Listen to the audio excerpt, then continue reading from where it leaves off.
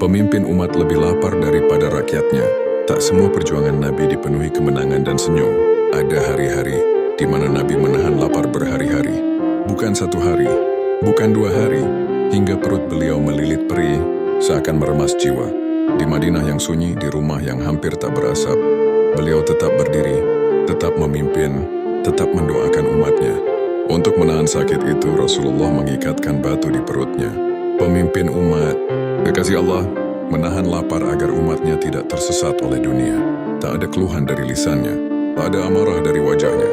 Yang ada hanya sabar, doa, dan cinta.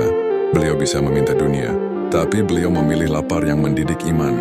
Maka jika hari ini kita mengeluh karena sedikit kesulitan, ingatlah, Nabi kita berjuang dalam lapar, agar kita hidup dalam iman.